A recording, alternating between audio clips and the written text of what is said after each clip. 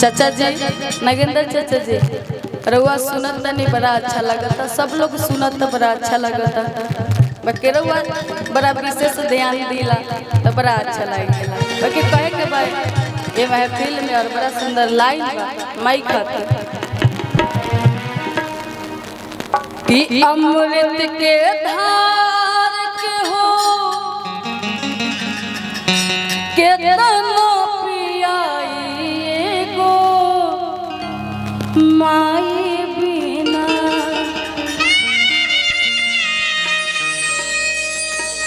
कि अमृत के धार के हो अरे कतनो पियाई गो माई बिना कैसे करे जावा तू राई भाई गो माई बिना कैसे करे जावा तू राई भाई गो माई बिना अमृत के धार के हो केतनो पियाई गो माई बिना अमृत के धार के हूँ केतनो पियाई गो माई बिना अमृत के धार के हो केतनो पियाई गो माई बिना कैसे करे जावा तू राई भाई गो माई बिना कैसे करे जावा तू राई भाई गो माई बिना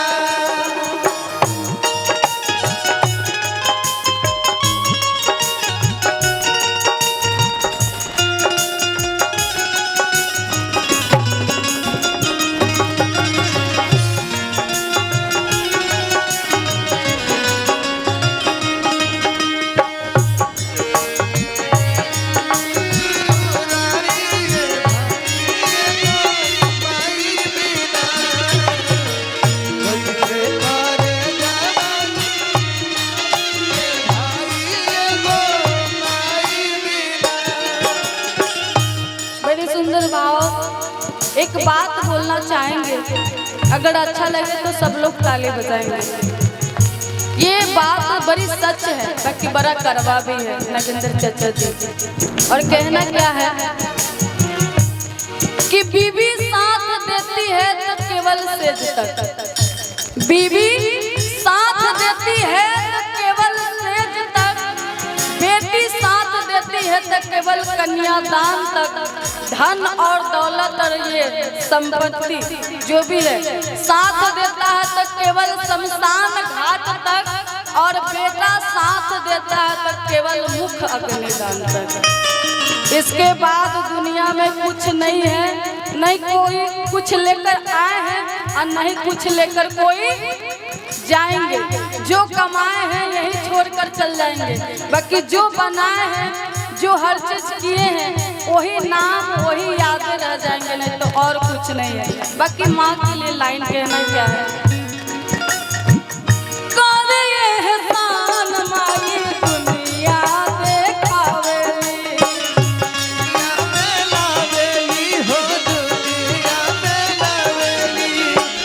बोल बतियावे अउरी चले भी सिखावेली, करे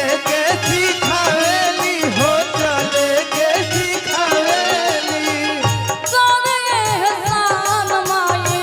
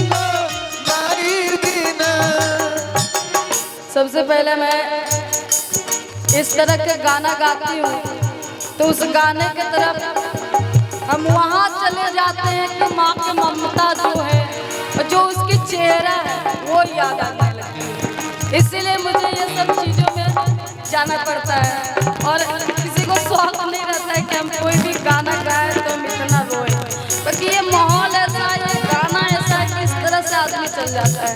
बाकी सब लोग दुख नहीं मानेंगे, होता है कभी कभी, बाकी सब लोग एक दिन आए हैं तो एक न एक दिन सबको जाना ही है।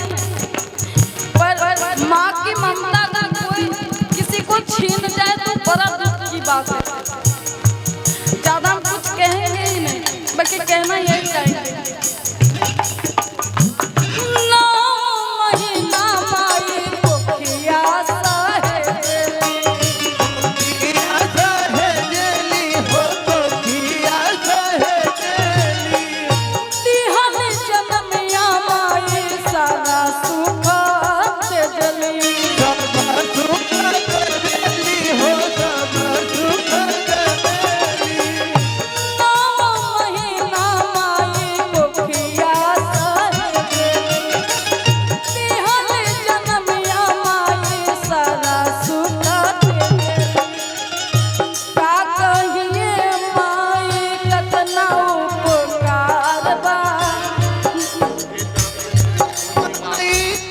बहुत सारा प्यार आशीर्वाद है इनके जीजा जी की तरफ से, बहुत बहुत धन्यवाद उनको कहना चाहिए।